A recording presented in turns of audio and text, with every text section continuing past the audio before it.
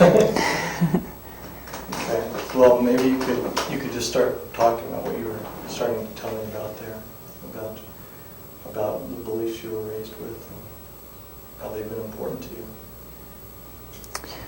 Well, my great-grandmother helped my mom and dad raise us kids, and we spent a majority of our time living with her and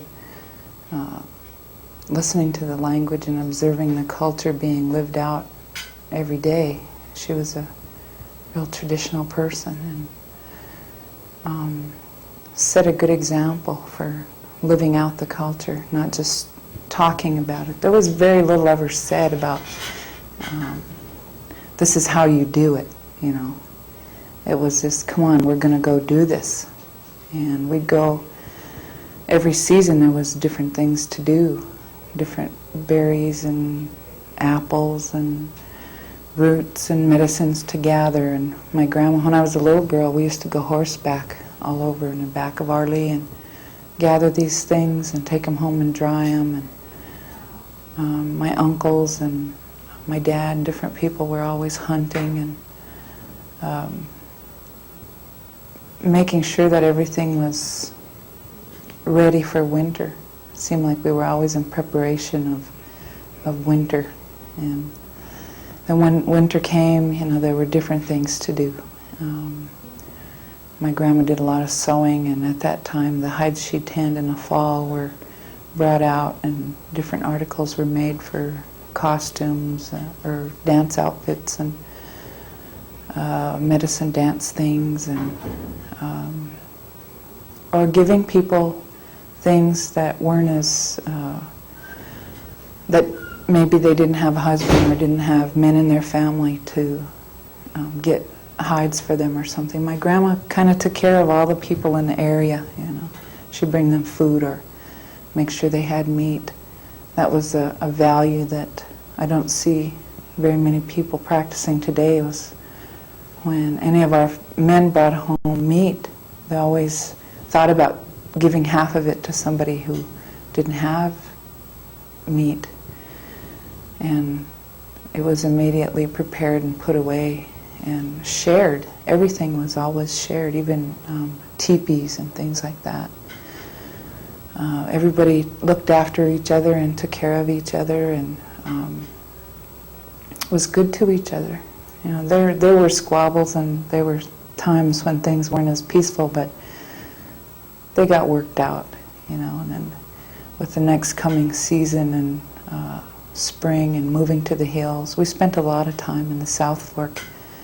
I don't remember ever not being in the South Fork as a kid, you know, and even now I don't spend as much time up there, but when we go, it's getting in touch with that way of life again and hearing my grandmother's voice and listening to the things that she tried to tell us in a way, and listening for the things that she'd done more. One of the things that really sticks with me when I go camping is my grandma always made sure when we left a camp it was clean. You know, it was like the only way you could see that we'd been there is there was maybe a fireplace and the grass was laid down, but there was no garbage and no destruction of the trees around us or nothing was disrespected. Everything had its purpose, every tree, everything. And you didn't just go around cutting things down to be cutting things down or taking fish just for the trophy and leaving fish on the bank. We've seen that happen in a few places where we go fishing and people leave fish on the bank, you know. And I don't think the old people would appreciate that very much if they saw that happening. I don't appreciate it. I don't appreciate how the slaughter of trees is every fall when people go get Christmas trees. I get really angry because people just kind of mow the trees down and leave a lot of the ends and, you know, parts that they cut off, and they don't pile things neatly or or get them out of the way. Jerome, when we used to go camping, Jerome and Agnes were always with our family, and Jerome seemed to be a caretaker of the land. He'd always go around and make piles of wood if there was lots of limbs laying around in a certain area. He'd go and pile them all, make a nice neat pile in between two trees or whatever, or rocks. He'd pile them up. Always kept things around neat and tidy, and hung things on trees, and you always knew where Jerome had been. And there's still a lot of evidence in the South Fork of the things he's done. So we were taught to respect everything around us, that we are a part of creation too, that we weren't put here to destroy anything, the trees, the land, the water, the air. And I believe for myself today that, in having these strong Indian beliefs, that it's my responsibility to see today that our air stays clean, and our ground stays free of toxic waste, and our bodies. I try to get involved in a lot of recovery areas, and as a way to reteach myself how to respect myself, because we can't respect earth or anything around us until we first respect ourselves. We can't have a belief in our Creator, in the creation around us, if we don't have a belief in a Creator in our heart first. Something to begin from the center to be shared outwardly. If we're destructive to our own bodies, we're going to be destructive to those things around us.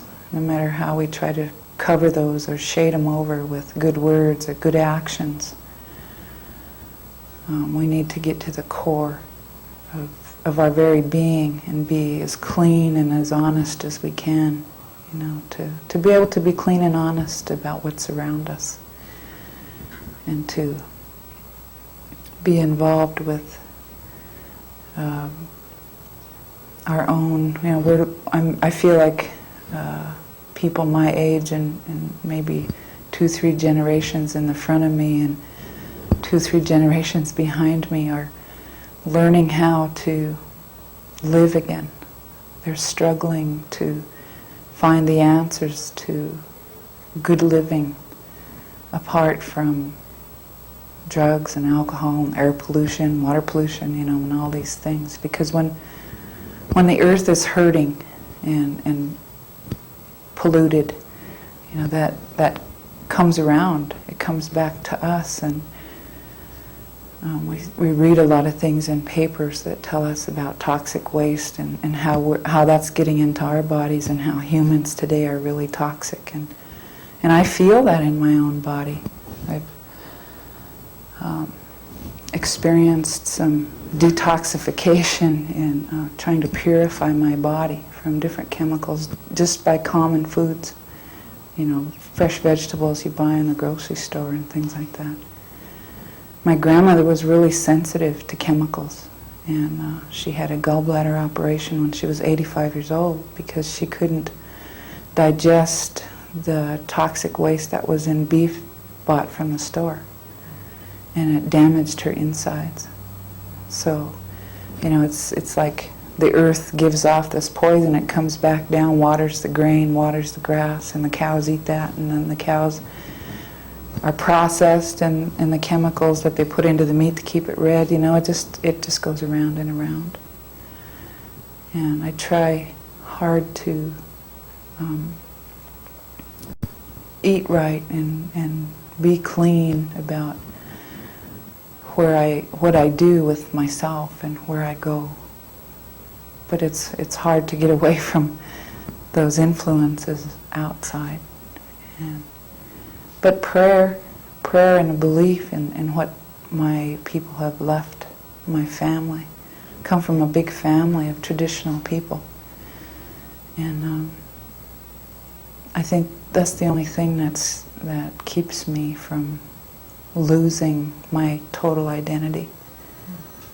is to remember and not be sad or mad at myself when I don't know something, but have the humility to be able to ask questions and to search out that answer. And I really run into a lot of disappointment here because a part of my job is researching.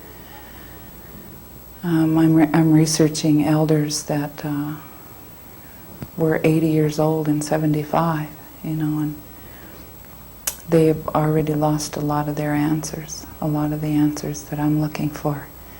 And I look back, in the last 5 generations was the transition period of our people. And there's so many things we're never going to know. And it's hard to let that go and just let it be that way. It's like I have in my heart that there's an answer somewhere, as long as I just search for it. And try the best I can, and have the humbleness to be able to say I don't know when I don't know something about my culture, or when I don't know something about my own identity. I used to be in a place where I would just fake it, or lie about it. And since I've worked here, and this job has really made a difference in my life, to put into words all of those things that Yaya said, or Pascal said, or Jerome or Agnes said, or Elizabeth Hammer, or whoever those people were in my life. We see a lot of publications, things written down, translated, that I remember when I was told that too, and as a kid. So as I continue to move on in my work, I relearn.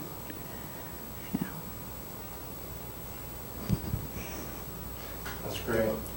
I would... Like I said, when I wiped the sweat off. Yeah.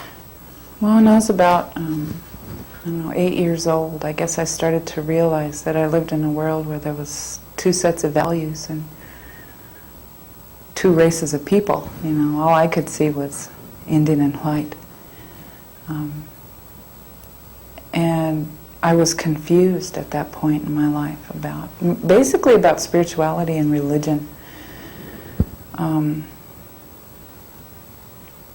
And I asked my grandmother what I should do, or if I had to choose, between these values, or this way of life and that way of life. And she said, no. She said, you take what you want, take what's good for you, and then leave the rest.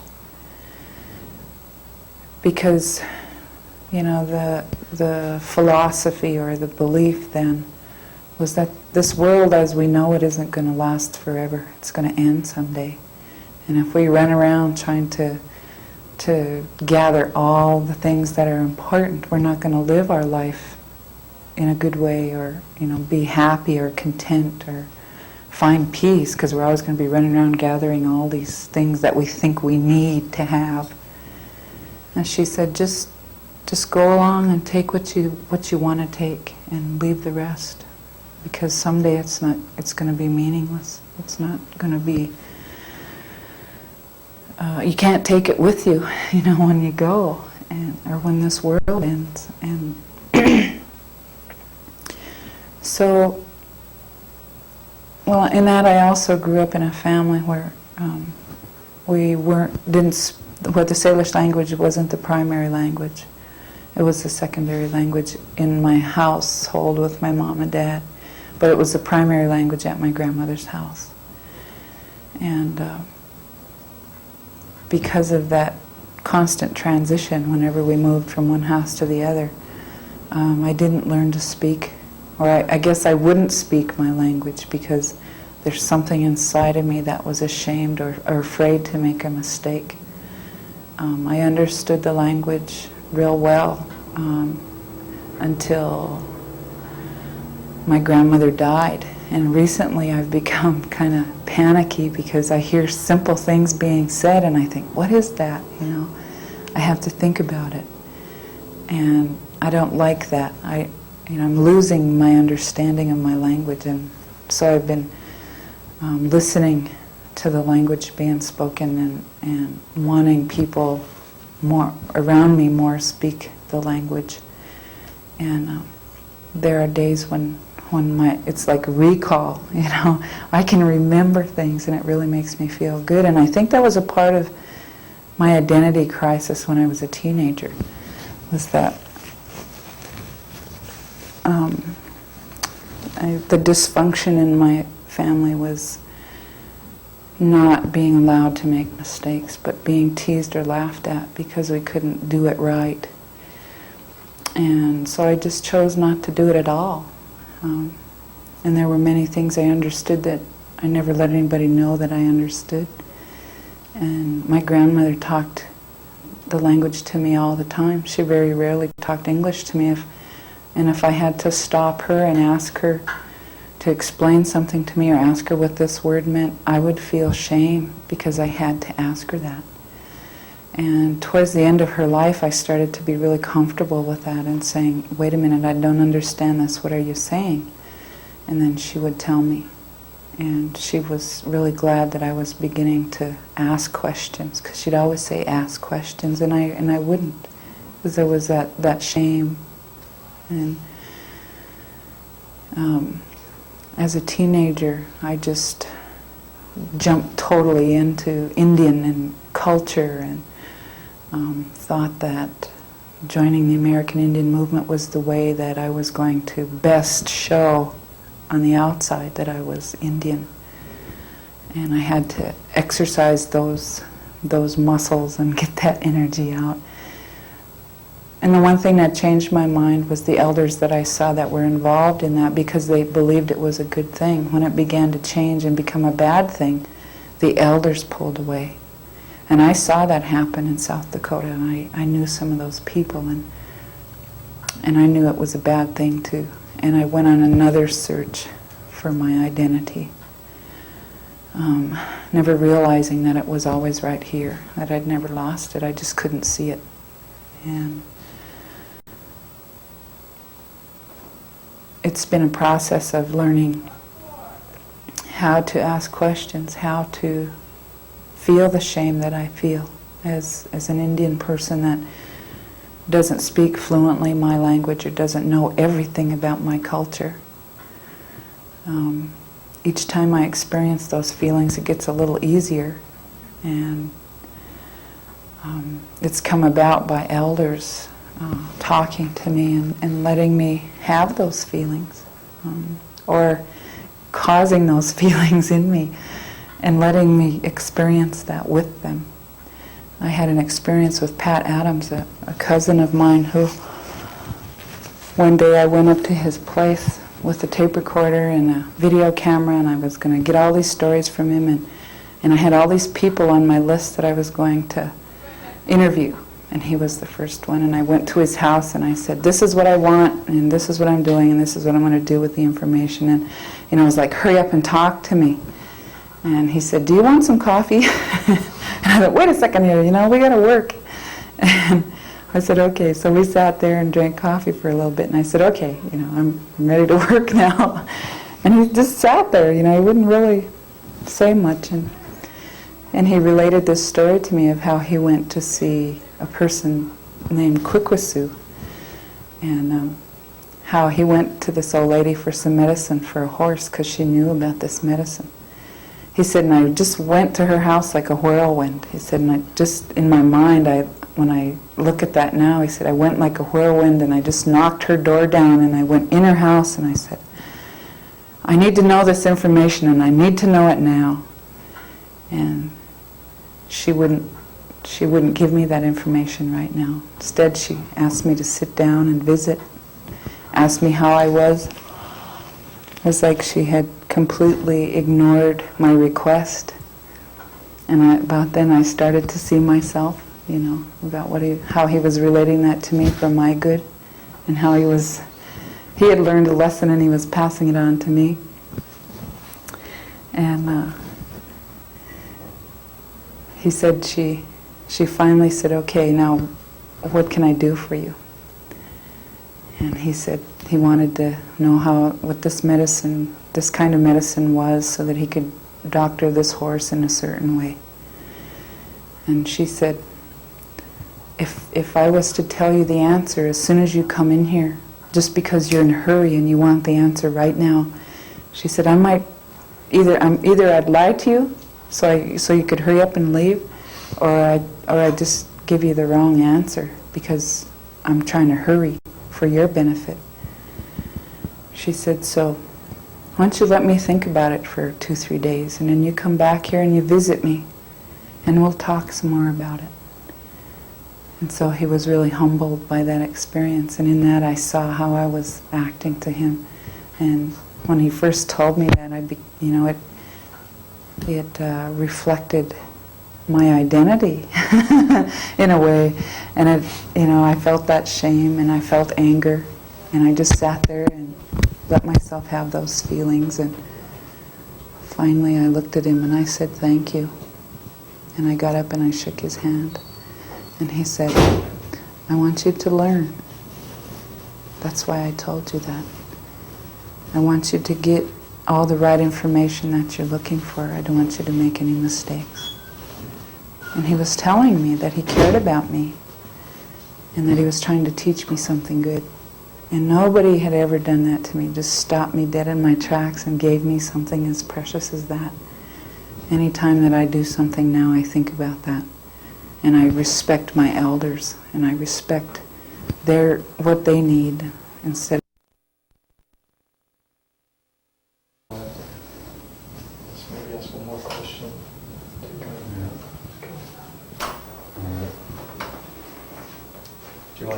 Did you want to finish up what you were just saying on the last day?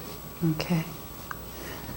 So I've learned more how to listen to people rather than, run around and demand what it is I need for my work. And when I brought that story back here, it seemed like everybody agreed that that was the right thing, And I guess that's what the people who worked here before already knew and did, by the elders coming here and sharing what they wanted to share rather than people going out and searching them out. But sometimes that's necessary, I need to go to other people's house because they're shut-ins or they don't have a way to come out. So that's the end of that story. Well, since, at least for today, we're running short on time, maybe you could just say a thing or two about how you see the importance of the dam, the income that will come from that, and how you would like to see that directed or used, and possibly also what the dangers are, or how it could be, what would be a misuse of it. Just all in one sentence. 30 words or less. Well, I'm really biased in this area because of the work I do, the work I'm involved in my heart, and I don't want to see the money from Kerr Dam come out as per capita so that people can blow it on whatever they blow it on.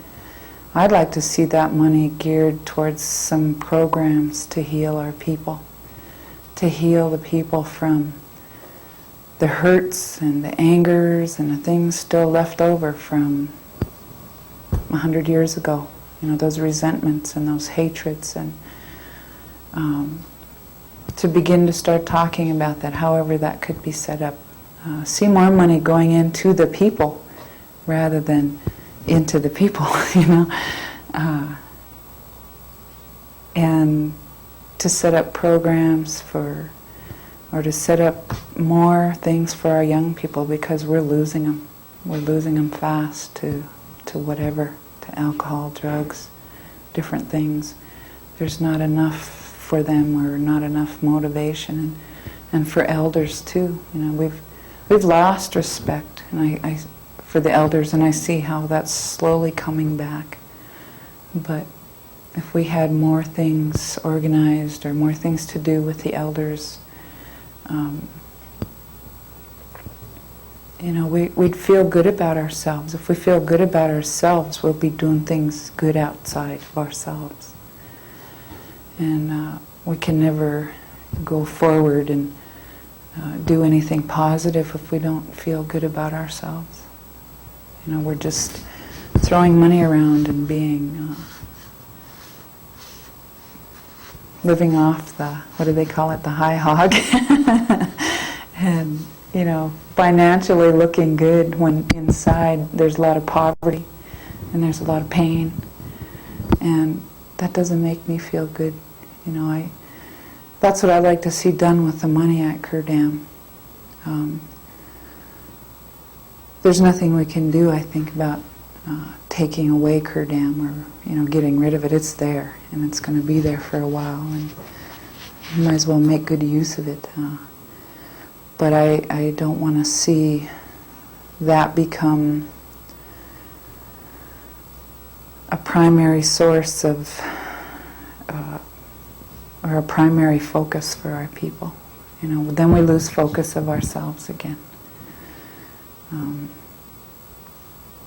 We can do what we can do with it. I'm really not into, you know, figuring that all out. I just know that I really care about people and about what it is they're suffering from. And economically, our people really suffer. You know, so I guess the jobs that promotes and whatever money is gained from that is okay, but I just don't want to see all of that being pumped into the tribal people. And I hope that people can continue to respect what we have. We're really lucky here to have clean water. And it really saddens me to know that there is a lot of toxic waste in the Flathead Lake and that it's coming down from Canada, and that our rivers and streams around here are becoming infiltrated with all of these poisons. And again, back to what I said the first time, I guess, all that we can do as individuals is come together, you know, to work together to stop it or clean it up or do something about it, rather than just sit around and moan and groan about it, you know, do something to stop it. And when we're helping Mother Earth, we're really helping ourselves. And, I've been really glad to participate in the yearly river gathering, and we go down there and have sweats and pray for our people, and you know, there's just such a peace down there, and I think that water, you know, represents the blood flow in our veins and in our lives. You know, like the blood flow in us is of all of our ancestors and all the people who helped create us, and the water there is the earth, you know, of the earth that helps create us. And if we don't respect our bodies, it's really hard to respect that river, that water. And I hope more people learn that, or relearn that. It's something we've always known. It just got lost in the shuffle of things.